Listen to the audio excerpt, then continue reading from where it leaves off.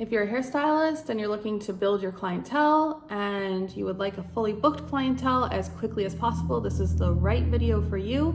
I have some key pointers to give you on how to build that clientele in 1 year or less.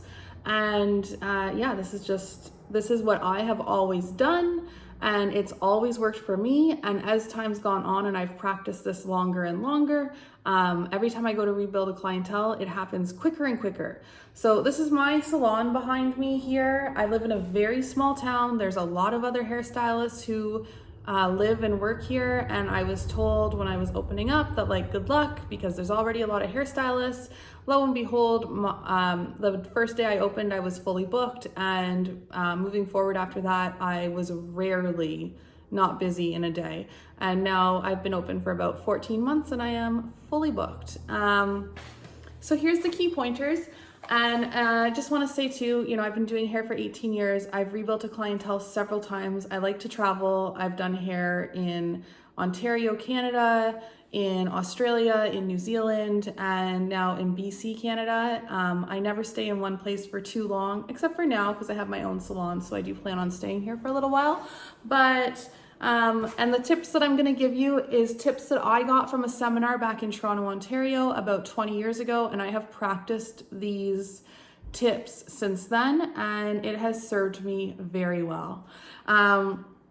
First thing I want to debunk a little bit is just like shaking your customer's hand, because I have to say I'm like a huge empath. I take on people's energy, and yeah, I don't really like shaking people's hand unless like they initiate it. If they want to shake my hand, I'm fine to shake their hand, but I'm definitely not the initiator. I would find it very draining to shake everyone's hand throughout the day. So I actually just, when I meet someone, I say, hi, my name's Kate. You can have a seat at my chair over here. And yeah, that's just how that goes. And it goes fine for me. It has not hindered me whatsoever. So I just like to debunk that, because a lot of salons will say like, you must shake everyone's hand. And if that's what your boss wants, fair enough. I've worked in salons like that myself, and I've shook in everyone's hand. I just choose not to now that it's my own salon, and I don't find that it hinders anything at all.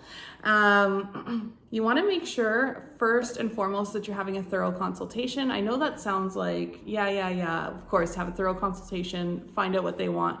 But no, you want to find out like everything about this person that you can in that short, like however long consultation, whether it's 5 minutes, 15 minutes. And in that first appointment, if my consultation is a half an hour, then so be it. I make that work because it's really important to have a game plan and know exactly what we're doing before we start anything. I would rather try to be quicker on my service, knowing that the person's going to be happy with what I'm doing, than have a quick consultation and then give them a beautiful haircut, but it's not exactly what they want, for instance. So a thorough consultation, you want to find out like what that person does for work, how they like to wear their hair on a daily, what they do for styling their hair or don't do for styling their hair. Yeah, just everything. Hair history, what they used to do to their hair. Are they funky? Are they more reserved? All these things. Just ask them all the questions, and I can make a whole video on a consultation really. So I'm going to stop there and let you fill in the rest and just give a very thorough consultation. Another thing is to write down notes. I see this all the time that we're so busy in the salon we forget to write down notes. Writing down your color is very important, obviously, so that you can continue to provide the same color to the person if that's what they want. Another thing is too, I also make little haircut notes. So like if I have a men's cut and they get a number 3 clipper, I write that down so that that person doesn't need to remember. Next time they sit down in my chair and I just say, do you want the same thing as last time? And they say yes, I take out the clipper and start doing it right away. They're always really impressed that I know exactly what they want, and I can actually recreate the same haircut. Sometimes people's they might have like a lower fade because they have something weird that happens if you take that fade up too high, or it sticks up if you cut it too short up here. Write all that stuff down to make sure that you can provide the same haircut, same service for that person if that's what they want. It's also a very good reference point if they want something different. They haven't been to you in 6 months and the hair color's all faded, well, you can look back and see what you actually did and make it a little bit different. Tweak it just slightly if you want, or completely change it. It's a great reference point. And in those notes, my real key that I think really makes me stand out from other salons sometimes, or other hairstylists, is that I also write down little key points of our conversation. And I think it's so important. If you have the chance and you think of it, and make the chance and make the time and think of it and write it down. It's a really good practice to get in, because when that person has a conversation with you about something about their life, and they've told you all about, they own a gym and they have 2 kids, for instance, right?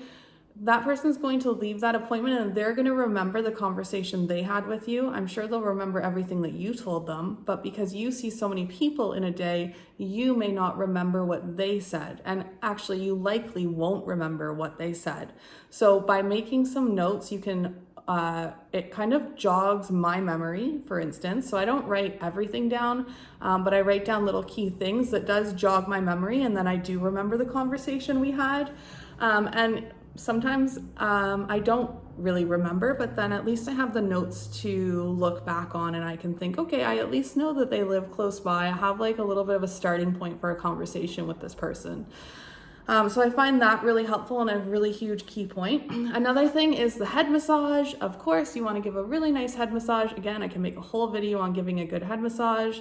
It's really important that the pressure is correct, that it's not too hard, not too soft, and that it goes on for a long enough time.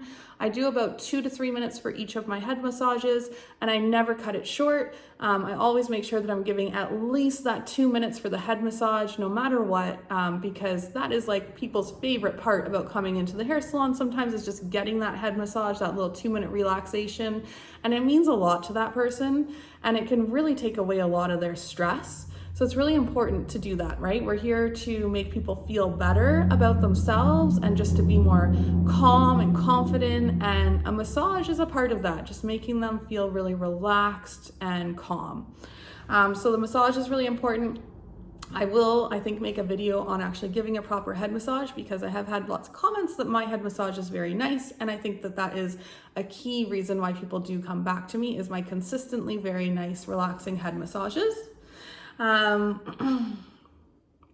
last thing that I want to say here is to just, when it comes to actually charging your client for the service, make sure that you are charging your client based on the service, what you charge, what your rates are, of course, but consider the results. I've obtained, I should say, so many clients from other hair salons where they went to a hair salon and they didn't get what they wanted, and then on top of that, they were charged like a lot of money, what the regular price would have been for that service if they would loved their hair. But the thing is, they didn't love their hair, and they didn't love their hair because it wasn't exactly what they discussed with the hairstylist. And in that case, then that client is obviously not feeling too good about paying such a large bill for something they don't love, and then they end up coming to see me. So and then I get a chance to correct that. So how I avoid that happening to me, because things happen, sometimes things just don't turn out exactly how you wanted, for multiple reasons. I won't get into any of that, but if things haven't turned out exactly how you wanted, and exactly how the customer wanted, and there was a clear discussion, and you know that something's off with your results, you need to adjust your price to reflect that, and use your discretion whether or not you're going to discuss that with the client or not. I have had times where I have decided not to charge someone for, I actually can't even think of anything. So I'm gonna use an example. Maybe you do their roots and it like looks pretty good, but it's a little bit hollow looking, like the gray coverage just isn't 100%. Maybe you knock some money off of their roots rather than redoing it for them, and let them know next time you will fix it for them. Just be honest and open with your clients, and don't stick your foot in your mouth. Like sometimes you might think something doesn't look great, but the client actually loves it. That's a whole thing too, but ultimately you do need to be charging based on results. So you have your rates that you charge, but consider the results, and if the results aren't ideal, then adjust your price accordingly. and use your discretion whether or not you will discuss that with your client. Now, all of these things here that I do them consistently in my salon with every single client. I have many good reviews myself about my salon, about my thorough consultations and my really nice head massage. Those two things keep people coming back to me. And what they don't see in the background is my notes that I keep to make sure that I remember everyone and remember everything about their hair.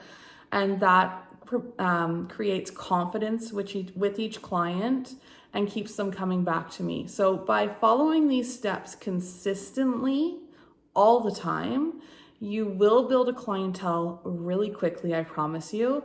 And the clients who aren't your clients, you're gonna be too busy to take them anyways over time, because of course we get some people through our door that are not our ideal clients. And if you do these things, you will pick up your ideal clients as quickly as possible, and you quickly won't have time for those clients that are not necessarily your ideal client. So I hope you found this video helpful. Make sure to like the video, leave a comment, or subscribe to my channel, please, and help me make this content creation thing take off.